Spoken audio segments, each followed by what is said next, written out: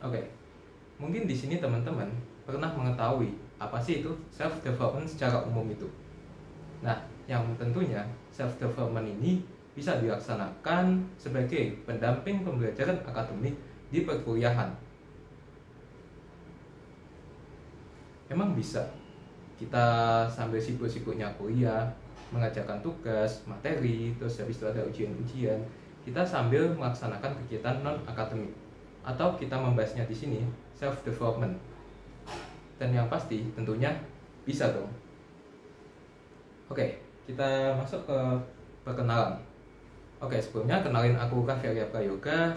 Di sini saya sebagai mahasiswa Teknik Industri S1 Universitas Diponegoro.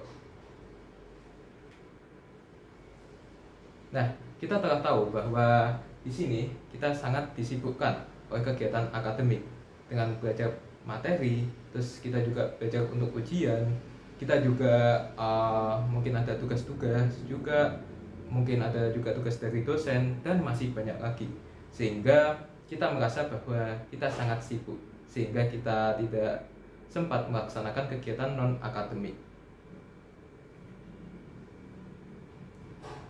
Oke, jadi self development ini sebuah kegiatan yang digunakan untuk mengembangkan bakat, minat, keterampilan untuk menjadi wawasan bagi pengembangan diri terhadap kita. Nah, jadi di sini intinya self development ini kegiatan untuk mengembangkan potensi diri kita.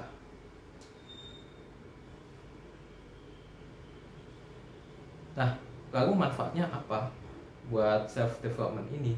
Jadi tentunya di sini manfaatnya banyak banget. Misalnya menambah wawasan diri, terus mengembangkan bakat minat, terus melatih keterampilan diri, terus kita juga bisa mengurangi stres, dan di masa depan nanti kita bisa meningkatkan kualitas hidup yang jauh lebih baik dari sebelumnya. Oke, jadi di sini ada beberapa artikel. Nah, di sini artikel ini membahas tentang ya ada FOMO, terus juga ada pentingnya self development, terus mungkin pas pada saat menjalankan karir tidak percaya diri, dan mungkin beberapa artikel. Nah, di sini seperti yang kita ketahui di artikel ini, kita tahu bahwa self development ini penting untuk menghilangkan FOMO, terus untuk menghilangkan ketidakpercayaan diri pada saat menghadapi dunia karir. Terus bagaimana caranya agar kita bisa melaksanakan self development ini?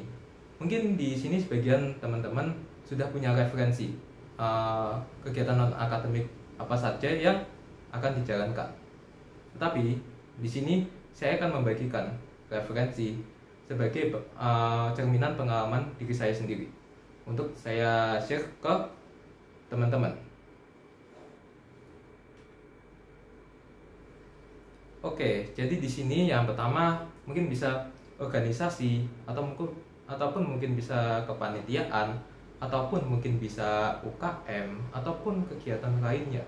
Nah, di sini teman-teman bisa menambah relasi yang mungkin di dalam kampus ataupun di luar kampus, terus bisa menambah ilmu pengetahuan juga, dan masih banyak lagi.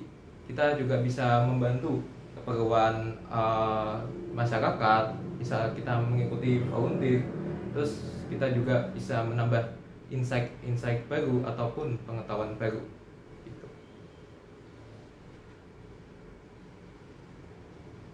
Oke, mungkin di sini saya kurang berpengalaman dalam freelance, tetapi berdasarkan referensi yang saya ambil dari internet, dari teman-teman yang udah berpengalaman di freelance, kegiatan ini sangat membantu tentunya bagi kita sebagai anak kuliahan menambah uang sangu.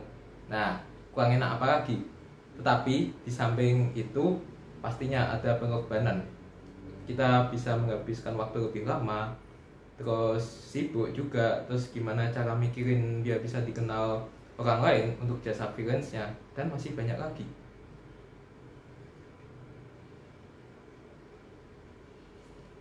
Oke, di sini sebenarnya ini termasuk kegiatan akademik, tapi saya golongkan untuk self development.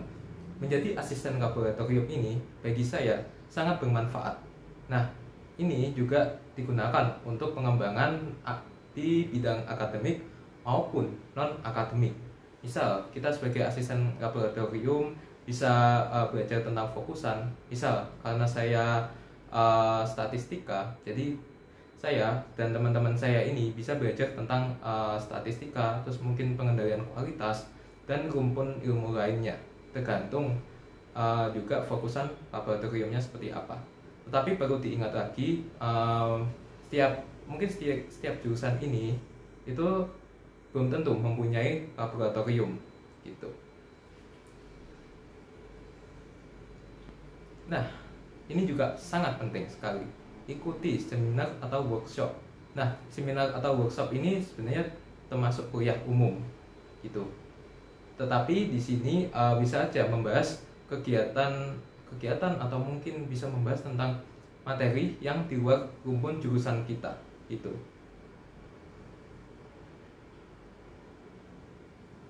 Nah, ini nih, lakuin hobi yang teman-teman sukai. Nah, hobi ini itu digunakan untuk mengurangi stres kita pada saat menghadapi akademik kuliah.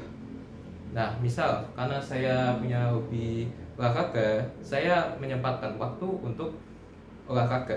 Terus saya juga menyempatkan waktu untuk mengoleksi Gundam. Nah, mungkin teman-teman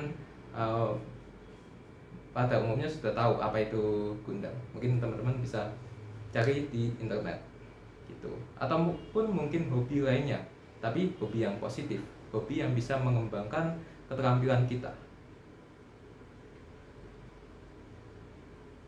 Oke, nah ini termasuk juga salah satu yang paling penting, yaitu ambil kesempatan magang. Karena di sini magang digunakan sebagai peningkatan minat karir kita pada saat selesai kuliah. Karena setelah kuliah kita pasti melaksanakan ataupun mungkin mengembangkan karir kita sesuai dengan minat kita. Jadi di sini teman-teman dengan magang ini melatih bagaimana teman-teman akan bekerja nanti gitu. Nah, ini mumpung di sini ada MSIP angkatan 7, teman-teman bisa lihat tuh sosialisasinya, ataupun nggak usah MSIP, mungkin di forum magang lainnya ataupun ruangan magang lainnya itu juga bisa. Dan di sini kita juga bisa ketemu orang-orang yang profesional gitu, ataupun bisa dibilang mentor.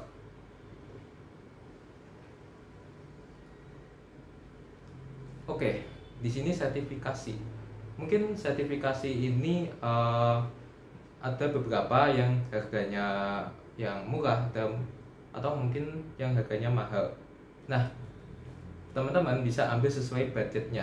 Jadi di sini sertifikasi juga sangat penting untuk menambah ilmu kita di luar perkuliahan, dan tentunya sangat bermanfaat sekali bagi pengembangan karir juga, meningkatkan soft skill dan hard skill, dan masih banyak lagi.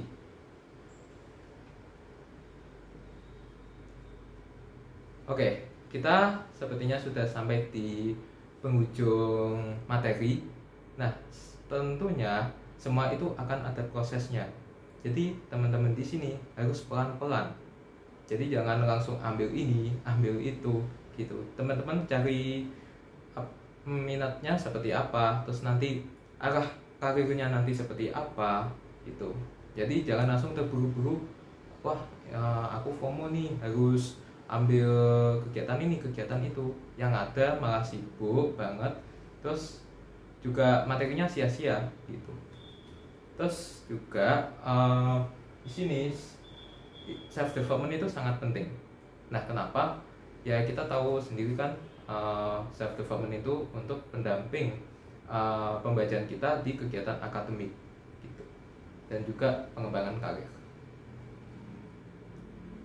Mungkin ini quotes terakhir, ini aku ambil dari film Batman Begins tahun 2005. Ini bagus banget nih menurutku. It's not who I'm underneath, but what I do that defines me. Ya secara singkatnya, apa yang kita lakukan ini mencerminkan diri kita yang sesungguhnya gitu.